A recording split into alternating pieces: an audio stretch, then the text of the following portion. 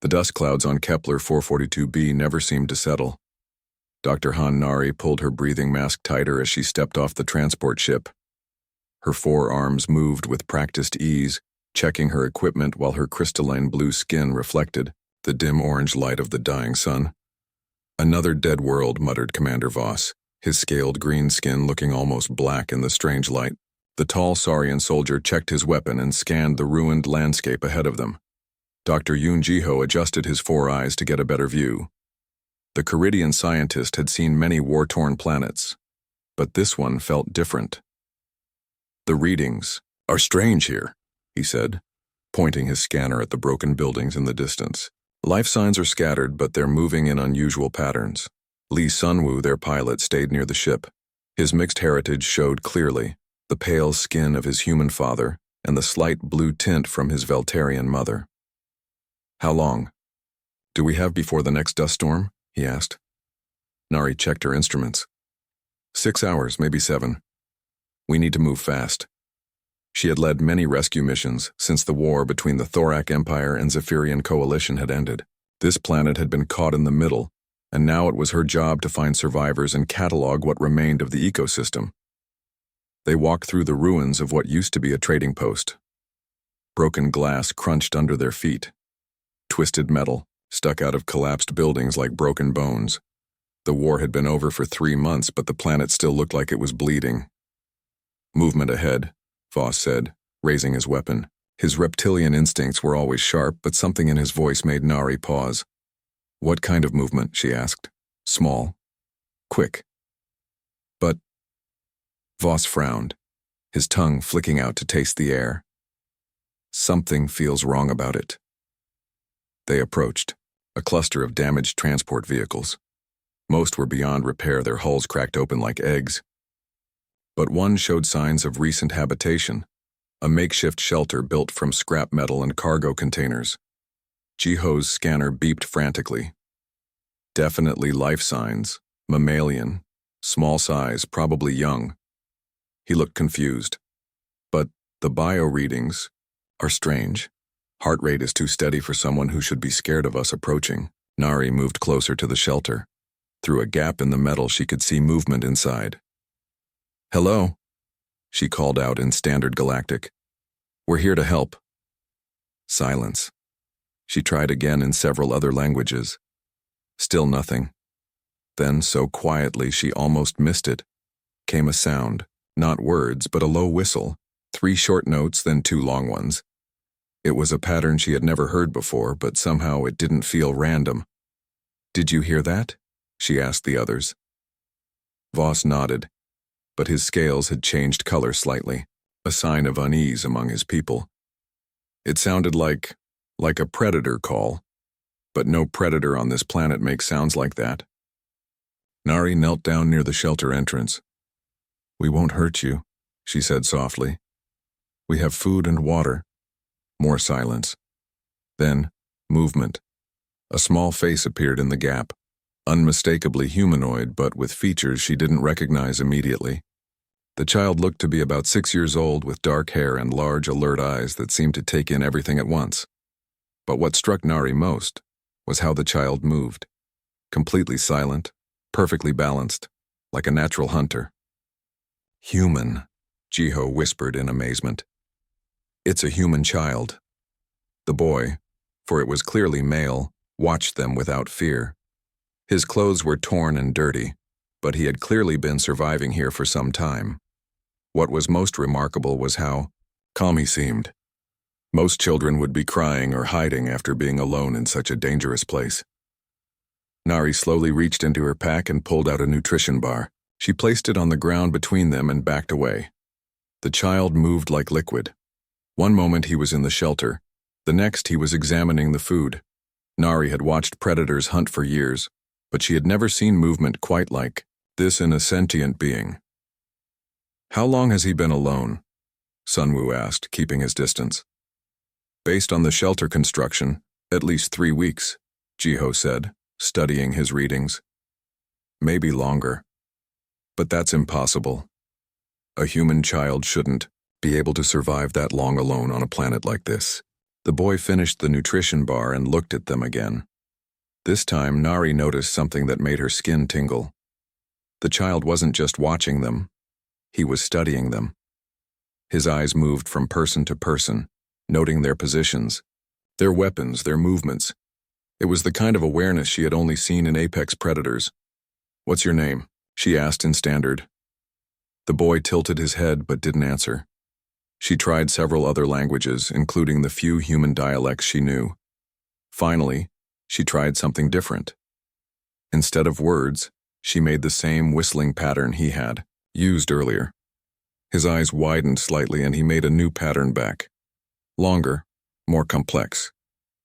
"He's communicating," Voss said, sounding disturbed. "But not with words. That's how hunters communicate when they don't want to scare prey." Nari felt a chill that had nothing to do with the planet's cold air. She looked at the child. Again, really looked at him. The way he stood perfectly still when not moving. The way his eyes tracked sounds even when his head didn't turn. The complete absence of fear in a situation that should terrify any normal child. "We need to take him with us," she said suddenly. "Standard procedure is to contact the refugee agency," Commander Voss replied. "They handle displaced children." "No." The word came out harder than Nari intended. Something deep in her scientist's mind was screaming that this child was important. Not just as a refugee, but as something unprecedented. "He comes with us, I'll take responsibility." Over the next hour, they learned that the boy had been living in the ruins for over a month. He had built not just a shelter, but an entire network of hidden passages between the wrecked vehicles. He had been hunting small creatures for food, and had somehow avoided the dangerous predators that roamed the wasteland at night. When the dust storm finally forced them back to their ship, the boy followed without hesitation. But Nari noticed he positioned himself where he could see all the exits and kept track of everyone's movements without seeming to. As their ship lifted off from the dead planet, Nari watched the boy. She had decided to call him Kim Taiho, a name that felt right somehow. He sat quietly, taking in everything around him with those two alert eyes. She began to document her observations, not yet understanding that she was recording the early behavior of something the galaxy had never encountered before, something that would change everything they thought they knew about the nature of predators and prey. Taiho looked out the window at the stars, and for just a moment, Nari could have sworn she saw something ancient and patient in his young eyes. Something that had been waiting a very long time to wake up. 5 years had passed since Nari brought Taiho to Harmony Point. The massive research station orbited the gas giant Epsilon Prime like a small moon, housing over 50,000 beings from dozens of different species. It was supposed to be a place of learning and discovery. Nari never expected it to become a hunting ground. Taiho was 11 now, taller than most human children his age, but it wasn't his size that made other residents uncomfortable. It was the way he moved through the station's corridors like he owned them, like he was mapping every exit, every hiding place, every advantage. "He broke Kozak's arm during training yesterday," Dr. Park Minho said, sitting across from Nari in her small office. The human psychologist looked tired. He had been trying to help Taiho adjust to life on the station, but progress was slow. Nari's crystalline skin darkened with worry. "Kozak is thorac. Their bones are 3 times denser than most species. How did Taiho manage to break his arm?" "That's what worries me," Minho replied. "The training was supposed to be light sparring. But when Kozak grabbed Taiho's shoulder, something changed in the boy's eyes. The other children said it was like watching a switch flip. One moment Taiho was playing, the next he was moving like a machine designed for violence." Through her office window, Nari could see the central plaza where children from various species played together. It was one of Harmony Point's proudest achievements, young beings learning to understand each other before prejudice could take root. But increasingly, she noticed that when Taiho joined the games, the other children became nervous. "Mrs. Kang Suji wants to speak with us," Minho continued. "She's concerned about Taiho's effect on her classroom."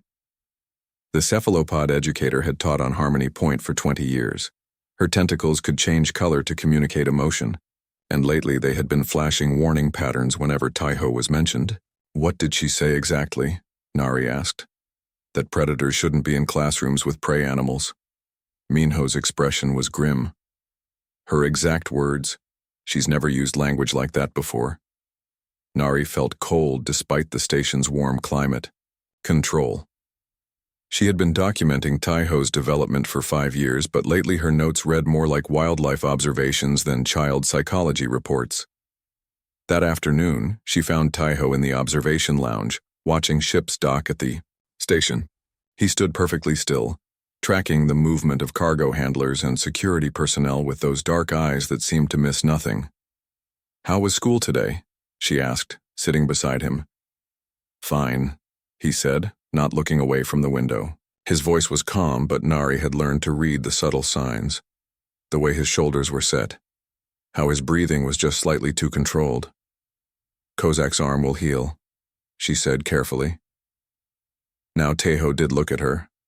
For a moment, his expression was purely that of an 11-year-old boy, confused and a little guilty. Then something else flickered behind his eyes, something ancient and calculating. "He grabbed me wrong," Taiho said simply. His grip was meant to cause pain and establish dominance, so I responded appropriately. The clinical way he described. It made Nari's skin crawl. This wasn't how children talked about playground conflicts. "Taiho," she said gently. "Other species don't communicate the same way humans do. What feels like aggression to you might just be how they play." He considered this for a long moment. "Then they're playing a dangerous game," he said. "They move like prey but act like they think they're predators. It sends mixed signals." Before Nari could respond, the station's alarm system activated. Red lights flashed in the corridors as an announcement echoed through the halls. "All residents proceed to emergency shelters. This is not a drill. Armed vessels have breached the outer perimeter." Nari grabbed Taiho's hand, but he was already moving toward the evacuation route. As they joined the flow of panicked residents, she noticed how differently he moved compared to everyone else. While other beings pushed and stumbled in their fear, Taiho flowed through the crowd like water, never bumping into anyone, always finding the clearest path. The emergency shelters were deep in the station's core, designed to protect civilians during attacks. Commander Voss and his security teams were coordinating the defense from the upper levels, but everyone knew Harmony Point wasn't a military installation. If the attackers were serious, they might not be able to hold them off. "Void Runners," someone whispered as they reached the shelter. "I saw their ships on the displays." Nari's blood chilled. The Void Runners were one of the most ruthless pirate organizations in the galaxy. They didn't just steal, they enjoyed causing terror. In the crowded shelter, families huddled together while emergency lights cast strange shadows on the walls. Children cried and adults whispered prayers in dozens of languages, but Taiho sat quietly beside Nari, his head tilted as if listening to something no one else could hear. "They're in the station," he said suddenly. "How do you know?" Nari asked. The vibrations changed, heavy footsteps in the maintenance level, 6 individuals, moving in a search pattern. He paused, his eyes becoming distant. "They're hunting." The way he said that last word made several nearby aliens unconsciously move away from him. 20 minutes later, the shelter's security door was forced open. But instead of pirates, Commander Voss stumbled in, his green scales pale with shock.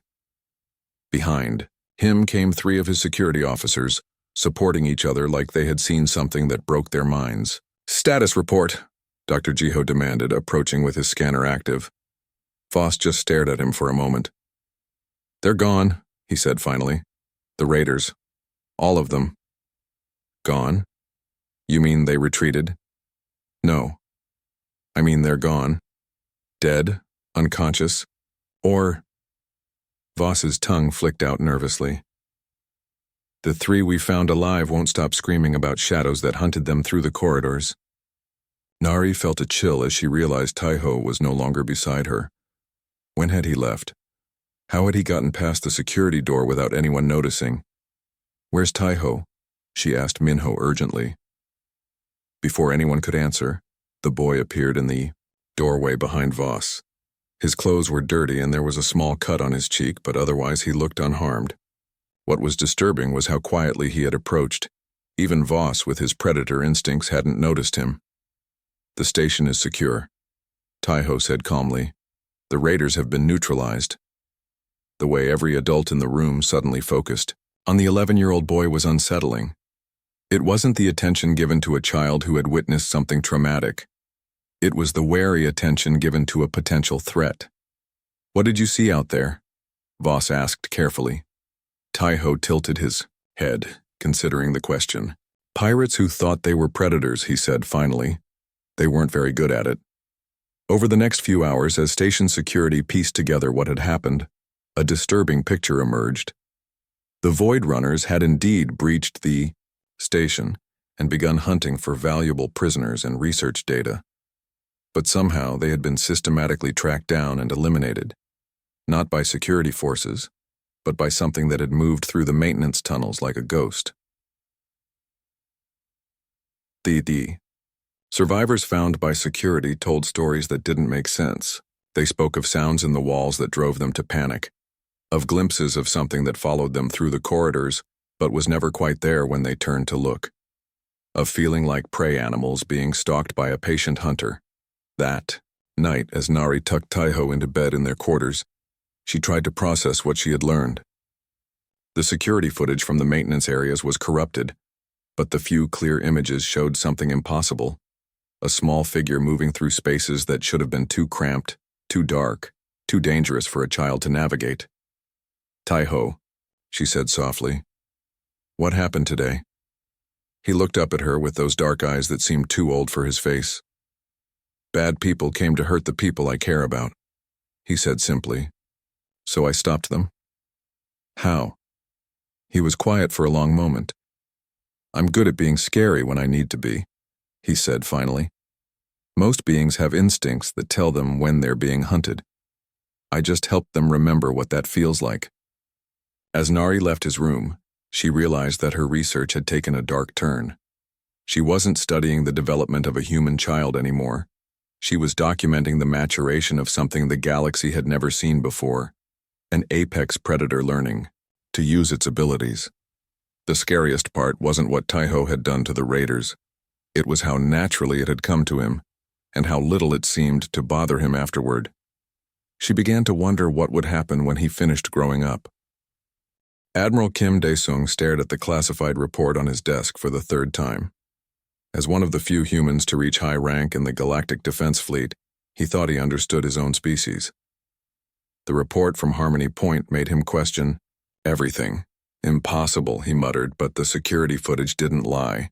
A 16-year-old human boy had single-handedly neutralized an entire pirate boarding party, using tactics that bypassed every known form of military training.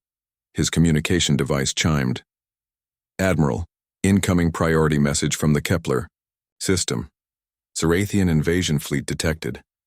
Daesung's blood ran cold. The Zarathians were the galaxy's premier military force. If they were moving on the Kepler system, it meant they wanted something specific. He had a terrible feeling he knew what that was.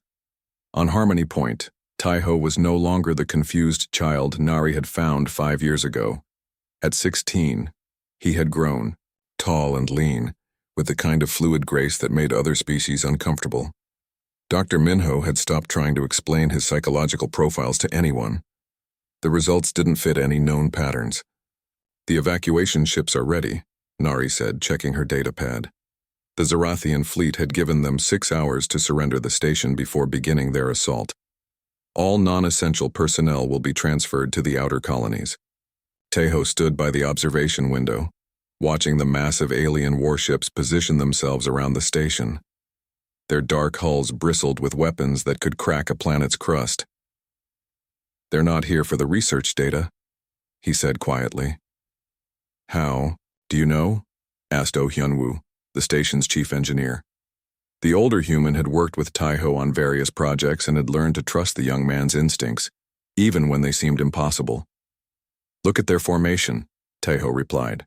"It's not a siege pattern or a bombardment setup. It's a capture formation. They want to take prisoners." He paused, his dark eyes reflecting the distant starship lights.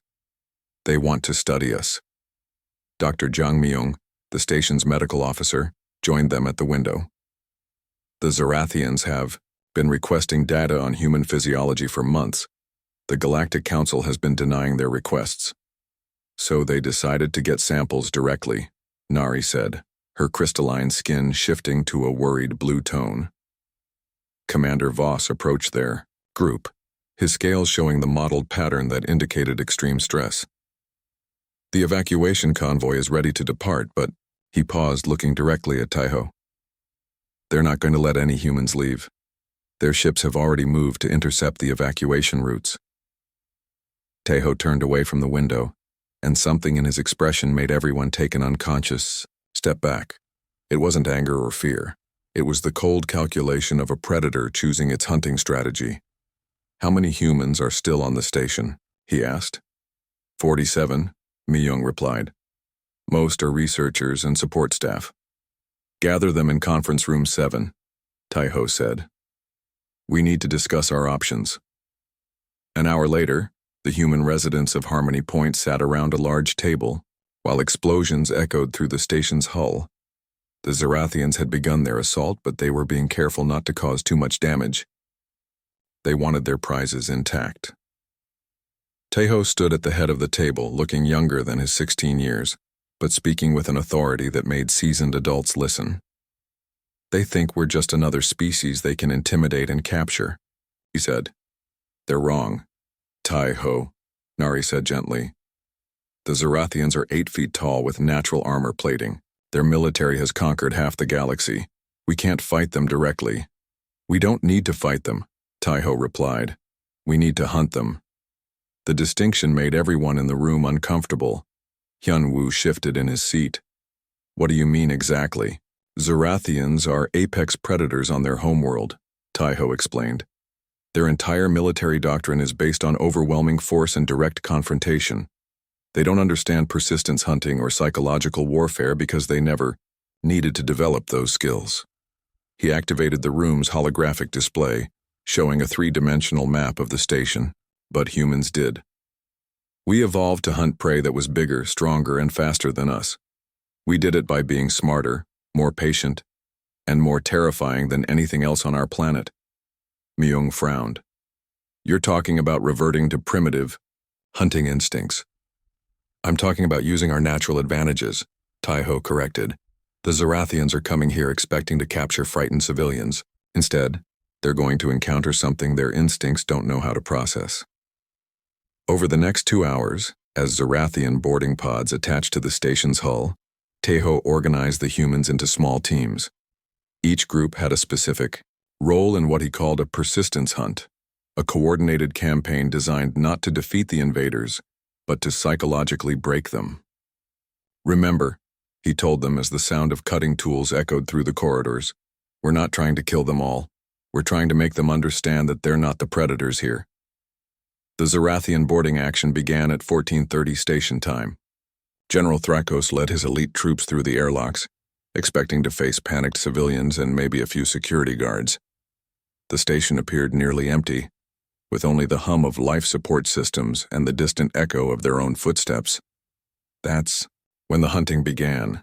The humans moved through the station's maintenance tunnels and service ducts like ghosts. They used the environmental controls to create strange sounds in the walls.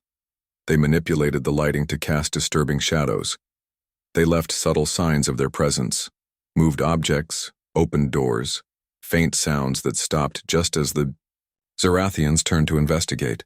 Taiho led a small team including Hyun-woo and 2 other engineers through the central command areas. They didn't attack the Zarathians directly. Instead, they stayed just out of sight, always moving, always watching, letting the invaders catch glimpses of movement that vanished when pursued. What was that? A Zarathian soldier asked his squad leader, pointing down a darkened corridor where something had seemed to move. The squad leader, a veteran of dozens of battles, felt something he had never experienced before. The primal fear of being stalked. His natural armor felt suddenly inadequate as he imagined eyes watching him from the shadows. Throughout the station, similar scenes played out. Zarathian troops found themselves jumping at sounds, spinning around to check behind them, clustering together for protection against an enemy they couldn't see or understand. Their military training, designed for direct combat, was useless against an opponent that refused to engage on traditional terms. In the engineering section, Myung's team used their knowledge of ship systems to create subtle malfunctions in the Zarathian equipment. Weapons jammed at crucial moments. Communication systems produced strange static that sounded almost like whispers. Environmental suits registered false atmospheric readings that made the invaders feel like they were breathing poison, but it was Tejo who provided the final psychological blow. As General Thrakos led his command team through the station's central hub, a sound echoed through the corridors that made every Zarathian freeze in terror. It started as a low whistle, barely audible.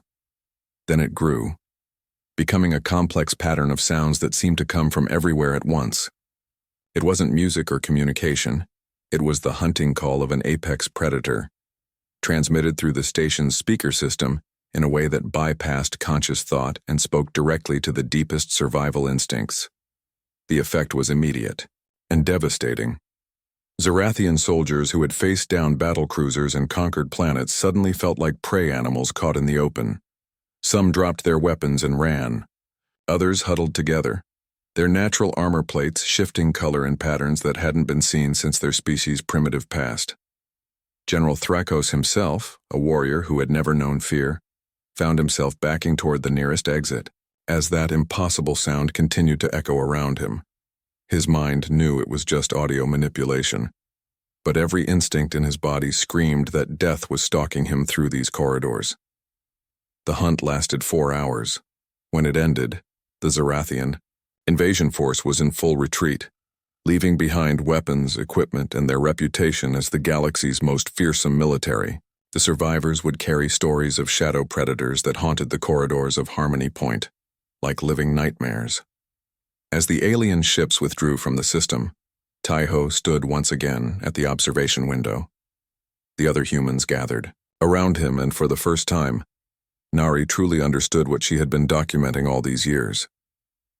"The message will spread," Tejo said quietly. "Other species will hear what happened here. They'll start asking questions about what humans really are." Admiral Daesung's communication came through an hour later. His face on the screen showed a mixture of awe and terror as he spoke to the assembled humans. "The Galactic Council has called an emergency session," he said. "They want to discuss the human question. It seems word of your defense has already reached the capital." Nari looked at Tejo, seeing not the lost child she had rescued, but something far more significant. "What happens now?" Tejo smiled, and for the first time since she had known him, it wasn't entirely human. "Now they learn the truth about what humans really are," he said, "and they decide whether they want us as protectors." The Great Hall of the Galactic Council on Nexus Prime had never hosted a session like this one. Representatives from every major power in known space sat in their designated sections, but the usual diplomatic noise was replaced by an uncomfortable silence. They weren't here to negotiate trade deals or territorial disputes. They were here to decide what to do about humanity. Ambassador Cho Yunji stood at the speaker's podium, representing Earth and the scattered human colonies. She was a skilled diplomat who had spent decades building bridges between species. But today she felt like she was standing trial for crimes she didn't understand. "The Council recognizes the representative from the Thorak Empire," announced Chancellor Vexai, the Veltarian leader whose crystalline features showed no emotion. War Chief Gromak rose from his seat, his massive frame casting shadows across the hall. The Thorak were known for their direct approach to problems, and his words reflected that nature. "We have reviewed the reports from Harmony Point. A single human juvenile defeated an entire Zarathian assault force using methods that our military analysts cannot explain or counter." Murmurs rippled through the hall. The Zarathians themselves sat in grim silence, their representatives still processing the humiliation of their force's retreat. "Furthermore," Gromak continued, "our xenobiologists have been studying human evolution. The findings are disturbing." He activated a holographic display that showed a 3-dimensional model of human anatomy. Humans evolved as persistence hunters on a world where nearly every other species was trying to kill them. Their brains are wired for threat assessment, pattern recognition, and psychological warfare in ways that no other sentient species has developed. Dr. Nari stepped forward to the witness area. She had been summoned to present her years of research on Taiho's development. Her 4 arms trembled slightly as she activated her own presentation. "Distinguished council members," she began. "When I found the human child Kim Taiho, I thought I was rescuing an orphaned civilian. I now understand that I was documenting the maturation of something unprecedented in galactic history." The holographic display shifted to show video recordings of Taiho at different ages. The progression was disturbing to watch, not because of any obvious threat, but because of how naturally predatory behavior developed in what appeared to be a normal child. "Humans don't just hunt for food," Nari explained. "They hunt for sport, for territory, for abstract concepts like justice or revenge. They are the only known species that actively seeks out dangerous prey for the challenge of defeating it." Hive Queen Zira of the Zephyrian Coalition spoke next, her multiple voices creating an eerie harmony. "Our collective intelligence has analyzed human behavior patterns across the galaxy. We have identified over 12,000 humans in positions of influence throughout our territories. We never realized they were there because they integrated so seamlessly into our societies." The implications hung heavy in the air. 12,000 humans, hidden in plain sight throughout Zephyrian space, could represent an intelligence network of unprecedented scope. "That's not infiltration," Ambassador Cho protested. "Those are citizens who chose to make their homes in your territories. They're contributing members of your societies. Contributing members who could coordinate the downfall of our civilization if they chose to," War Chief Gromak replied bluntly. "The Zarathian military has run simulations. A coordinated human uprising using the tactics demonstrated at Harmony Point would be unstoppable." Chancellor Vexhai called for order as arguments erupted across the hall. Some species demanded immediate containment of all humans. Others argued for preemptive strikes against Earth itself. The few voices calling for calm were drowned out by fear and anger. That's when Taiho entered the hall. He was 18 now, no longer the child Nari had found on a burning world. His presence caused an immediate hush as every representative turned to look at him. He moved with that distinctive human grace, economical, purposeful, and somehow threatening without any overt aggressive gesture. "Permission to address the year, Council," he said, his voice carrying clearly through the vast chamber. "The human juvenile will speak," Chancellor Vexhai announced, though the title felt absurd when applied to someone whose mere presence had silenced the most powerful beings in the galaxy. Taiho walked to the center of the hall, positioning himself where every representative could see him clearly. When he spoke, his words were measured and calm, but they carried an undertone that made several species unconsciously lean away from him. "You're afraid," he said simply. "You've discovered that the species you thought you understood is actually something your instincts recognize as a threat. You're wondering if you should try to control us, contain us, or destroy us before we do the same to you." The silence was absolute. Even the usual background hum of the hall's systems seemed muted. "But you're asking the wrong questions," Taiho continued. "You want to know if humans are dangerous. The answer is yes. We're the most dangerous predators in known space. You want to know if we're planning to conquer you. The answer is no. We don't want your territories or your resources." He paused, letting his gaze sweep across the assembled representatives. Several flinched when his eyes met theirs. "What you should be asking is whether we're planning to protect you. And the answer to that is also yes." War Chief Gromak stood, abruptly. "Protect us? From what?" Taiho smiled, and the expression was somehow more unsettling than a threat would have been. "From each other, from raiders and pirates. From the kind of wars that destroyed Kepler 442b and turned it into the wasteland where Dr. Nari found me." He activated his own holographic display, showing star maps with marked conflict zones throughout the galaxy. In the past decade, over 200 worlds have been devastated by warfare. Billions of beings have died in conflicts that could have been prevented if there had been a credible deterrent. "You're proposing that humans become the galaxy's police force?" Hive Queen Zyra asked, her multiple voices sharp with suspicion. stating that we already are, Teho replied. You've been living under human protection for decades without realizing it. Every time a trade dispute was resolved before it became a shooting war, every time pirates mysteriously avoided certain shipping routes, every time a border conflict suddenly cooled down, humans were there, working behind the scenes. Admiral. Desung's image appeared on the main display as he joined the session via communication link. What the young man says is accurate. I've spent my career managing what we call conflict suppression operations, small interventions designed to prevent larger wars. But now you've been discovered, Chancellor Vexhai observed. The secret is out. What happens next? Teho's expression became serious. Now we formalize the arrangement. The galaxy accepts that humans are apex predators, and we accept the responsibility that comes with that status. We become the guardians you need us to be. And if we refuse? War Chief Gromak demanded. The temperature in the hall seemed to drop several degrees. When Tai-Ho answered, his voice carried no emotion at all, which somehow made it more terrifying than any threat. Then you try to contain or eliminate 8 billion human beings scattered across the galaxy, many of whom are integrated into your militaries, your governments, and your economies. You attempt to fight a species that evolved to persistence hunt megafauna across interstellar distances. He paused. And you discover why every ecosystem that has ever produced apex predators learned to coexist with them rather than challenge them. The silence that followed stretched for several minutes. Representatives whispered frantically with their advisors, while others stared at Tai-Ho as if seeing humanity clearly for the first time. Finally, Chancellor Vexhai spoke. What would this formalization involve? The Terran Accords, Tai-Ho replied, and suddenly documents appeared on every representative's display.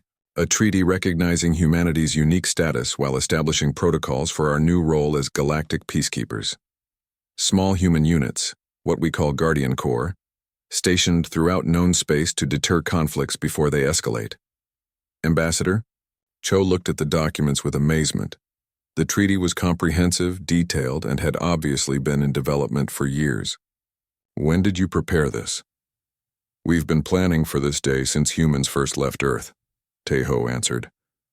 We knew eventually our nature would be discovered.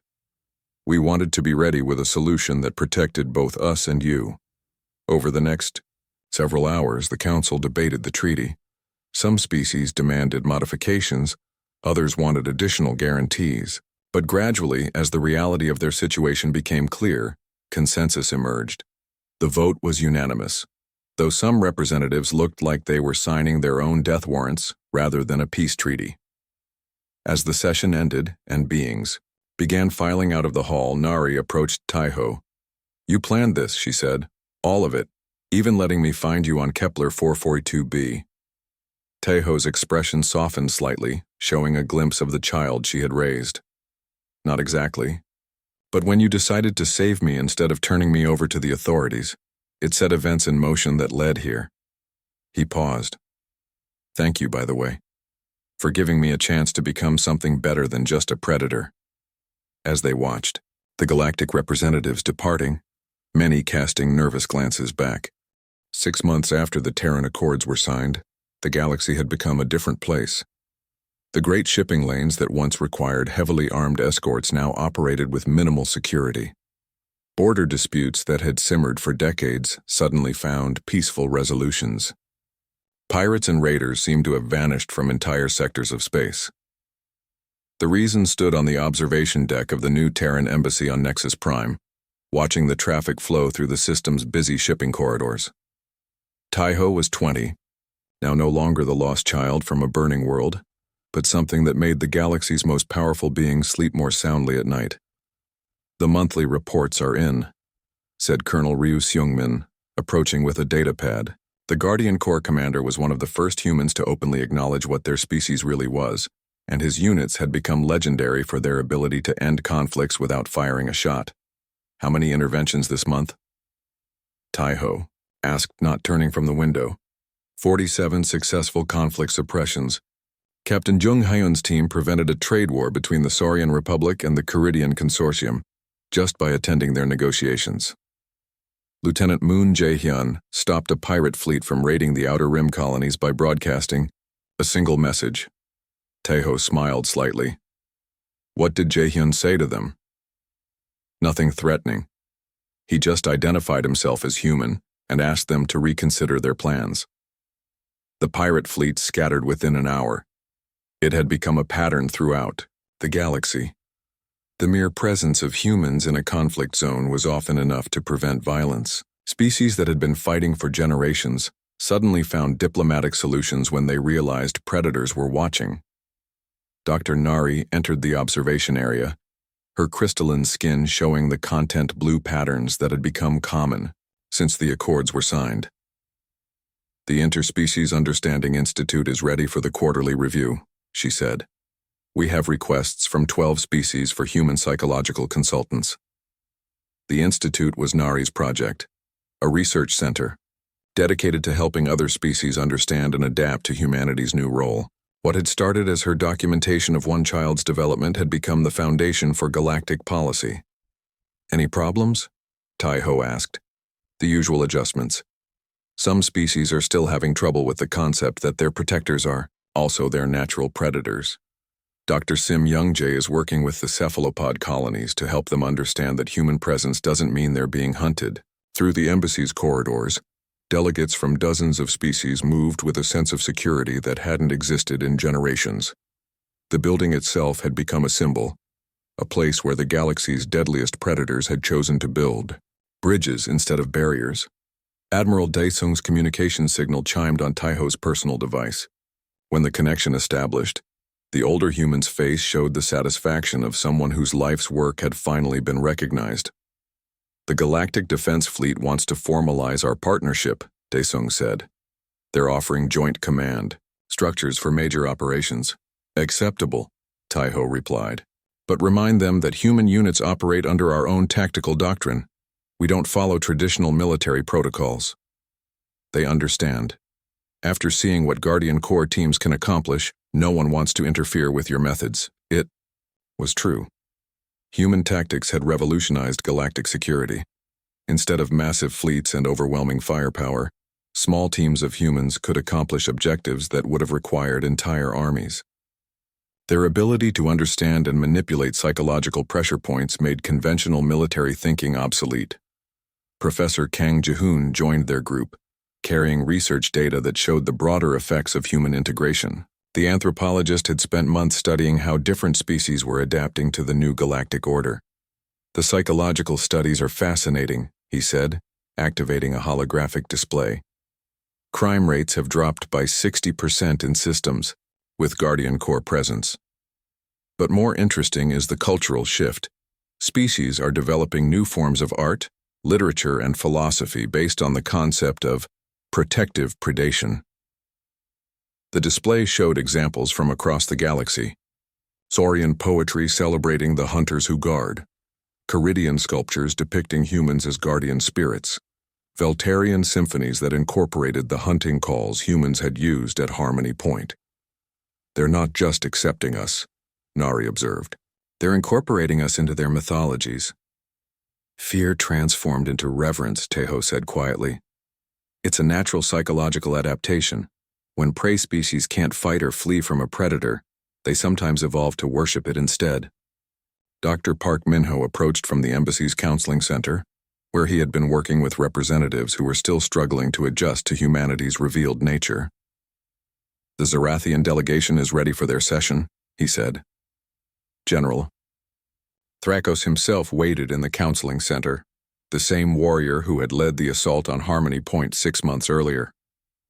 His armor showed the scars of countless battles, but his posture suggested something his species rarely displayed: humility. General, Taeho said as he entered the room, how are your forces adapting to the new protocols? Better than expected, Thrakos admitted. My soldiers no longer fear human units. They respect them. There's a difference. It had been a difficult transition for the Zarathians, whose entire culture was built around martial dominance. Learning to serve alongside beings that their instincts recognized as superior predators had required extensive psychological support. Your presence at the Kelton border dispute last month was appreciated, Thrakos continued. My forces were prepared for a full invasion. When your Guardian team arrived, we found a diplomatic solution instead. Violence was unnecessary, Taiho replied. Both sides wanted the same resources. It just required helping them see how they could share them. As the session continued, reports came in from Guardian Corps teams throughout the galaxy. Captain Jung-Hyun had successfully mediated a territorial dispute in the Outer Spiral. Lieutenant Moon Jae-hyun's unit had intercepted a weapons shipment bound for a rebel group, preventing what could have become a system-wide civil war. Each report followed the same pattern: humans arriving at conflict zones and finding solutions that avoided bloodshed, not through superior firepower or technological advantage, but through the careful application of psychological pressure and the implicit threat of what might happen if peaceful solutions weren't found. The quarterly violence statistics are in, announced Lee Ji-won, the intelligence officer who coordinated information flows between Guardian Corps units. Galaxy-wide military casualties are down 73% from pre-Accords levels. The D numbers were staggering.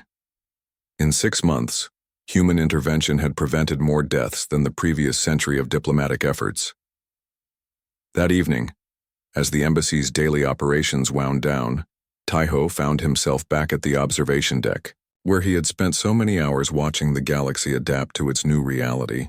Nari joined him, as she often did, to discuss the day's events. Do you ever wonder what would have happened if I hadn't found you on Kepler 442b? She asked. Taiho considered the question. Humanity would have revealed itself eventually. Our nature makes it inevitable, but it might have happened through conquest rather than protection. You really believe that? Humans are apex predators, Nari. On Earth, we drove dozens of species to extinction before we learned to control our hunting instincts. The galaxy is fortunate that we had time to develop wisdom along with our abilities. Below them, the traffic, patterns and Nexus Prime's shipping corridors flowed with an efficiency that would have been impossible during the old era of constant conflict. Trade routes that had been abandoned due to piracy were now bustling with activity. Border crossings that had required military escorts were now routine commercial passages. The monthly cultural exchange reports are encouraging, Nari said, changing to a more optimistic topic. 12 species have requested human advisors for their youth education programs. It was another unexpected development. Young beings from across the galaxy were fascinated by humans, wanting to understand how apex predators thought and moved. Educational exchanges had become common, with human children learning about alien cultures while alien youth learned human concepts like strategic thinking and persistence hunting. Ambassador Cho's proposal for the Young Guardian program is interesting, Taiho said. Training non-human youth in human tactical thinking could create a generation that understands both predator and prey perspectives. As the station's night cycle began, the observation deck's lighting dimmed to simulate natural conditions. In the darkness, Taiho's silhouette took on the distinctive posture that had become recognizable throughout the galaxy. Alert, balanced, ready for anything. Sometimes I watch you, Nari said quietly, and I remember the frightened child I found in those ruins. Then I see what you've become and I realize I was wrong about what I was rescuing. What do you mean? I thought I was saving a lost child. But really I was helping the galaxy's future guardian find his way home. Taiho smiled, and for a moment, he looked like the young boy who had followed her onto that rescue ship so many years ago. We all found our way home, Nari. The difference is that now home is wherever we're needed,